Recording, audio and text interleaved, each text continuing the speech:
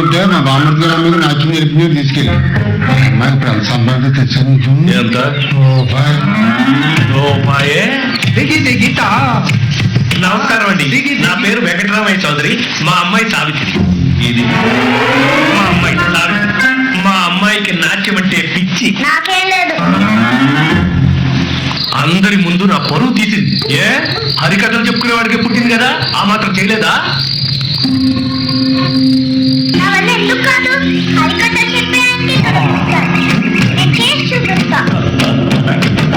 నాట్యం మీద ఇష్టంతో కాదు, తన వల్ల కాదు అన్నారన్న కోపంతో దూరం నుంచే చూస్తూ నాట్యం నేర్చుకున్న మొండిగట్టు సావిత్రి.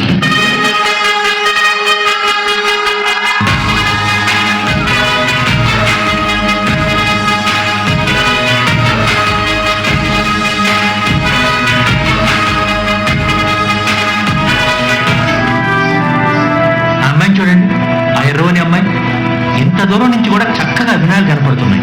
అభినేత్రి ఓ అభినేత్రి, అభినయ నేత్రి, నట గాయత్రి. సావిత్రి బాగా వినిపించే పేరు, పెద్ద స్టార్ అవుతాం. మనసారా నేను కీర్తించి పులకించినది ఈ జనధాత్రి. నిండుగా ఉందిలే దుర్గతీరణం, ఉందిలే జన్మకు దైవ కారణం. నువ్వుగా వెలిగే ప్రతిభాగుణం, ఆ నటరాజుకు స్త్రీ రూపం. కరకే అంకితం నీ కణకణం, వెండి తెరకెన్నడో ఉంది రుణం. పేరుతో పాటుగా అమ్మనే పదం, నీకే దొరికిన సౌభాగ్యం. అమ్మాయి ప్రేమ విషాదం రెండు పోటీ పడుతున్నా నటించాలి. కుడి కంటిలో ప్రేమ, ఎడం కంటికి వచ్చేసరికి కన్నీరు. సరేనా? సరే అండి. ఎదురండి ఎక్కడప్పా? అది బాటిల్ పగిలిపోయింది. గుర్తుందా? బాటిల్ పగిలిపోవటం నీ వల్ల ఈ రోజు పక్కపోతుంది సంగీతం. ఎందుకండి? ఇప్పుడే చేద్దాం. ఎలా అమ్మాయి? కన్నీళ్ళు రావాలి కదా. వస్తాయండి. ఎలా వస్తాయి? రెండు కళ్ళ నుంచి కాదు సావిత్రి, ఒక గట్టి నుంచి మాత్రమే కన్నీళ్లు రావాలి, గ్లిజరిన్ లేకుండా. చాలా టేక్స్ అవుతాయి, రేపు చేసుకుందాం. ఒకే టేక్ లో చేసేద్దాం. ఎన్ని కన్నీటి పొట్లు? ఎన్నంటే అన్ని వస్తాయా? సరే, రెండు. రెడీనా? సౌండ్. Camera action.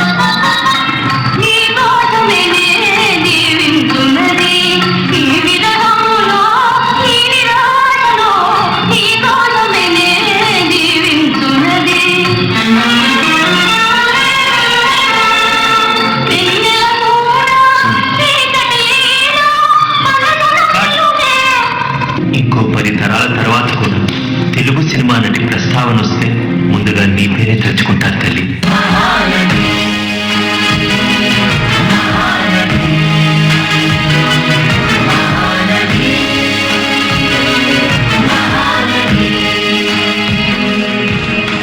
నవ్వింది చాలే అమ్మాయి, ఇప్పుడు నువ్వు మాయా చిత్రేఖ. రంగారావులు ఎలా చేస్తావో చూద్దాంగా.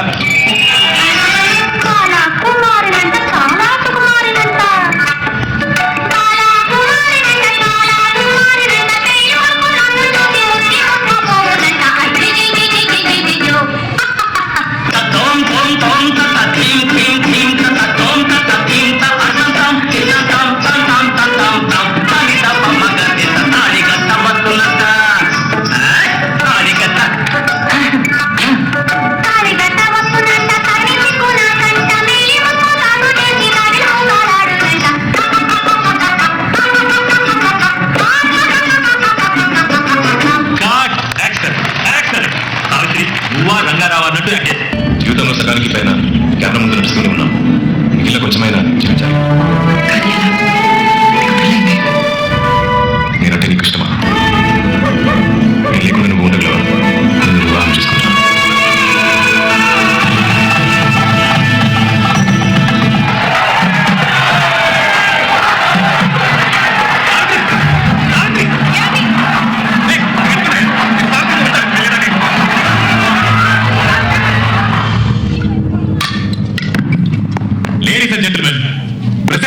కళామణి నడిగయ తిలకం, ఇప్పుడు మహానటి. అయ్యో తప్పు, ఇంత గొప్ప మహానటితో నో.